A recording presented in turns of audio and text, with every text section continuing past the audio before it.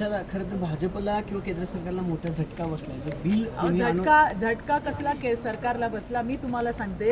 आज या देशातल्या 50% करोडो ज्या महिला आहेत, मातृशक्ती आहेत, त्यांच्या स्वप्नांचा चक्काचूर या लोकांनी केलाय. 27 वर्षाचं भिजत घोंगडं पडलेलं होतं. आज महिला आरक्षण आम्हाला मिळत होतं.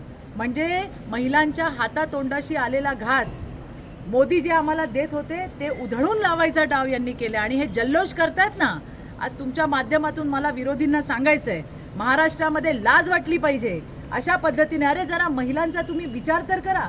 आणि काय ते आरक्षण जे होतं ते काय फक्त भाजपच्या महिलांना मिळणार होतं? या देशातल्या प्रत्येक महिलेला, प्रत्येक पक्षाच्या महिलेला, समाजसेवेत काम करणाऱ्या महिलेला त्या ठिकाणी ते आरक्षण मिळणार होतं.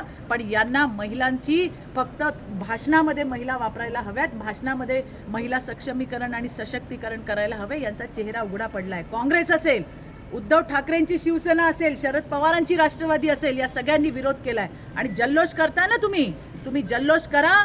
तुम्ही बघा, आमचा नारी शक्तीचा शंखनाद आता चालू झालाय. लढाई तर आता चालू झाली आहे. आणि तुम्हाला याची फळं भोगल्याशिवाय तुम्ही राहणार नाही, आम्हाला विश्वास आहे. आता या देशाची नारी शक्ती तुम्हाला दाखवून देईल की नारी सप्पे भारी, आणि हे तुम्हाला सगळ्यांना भोगावं लागेल.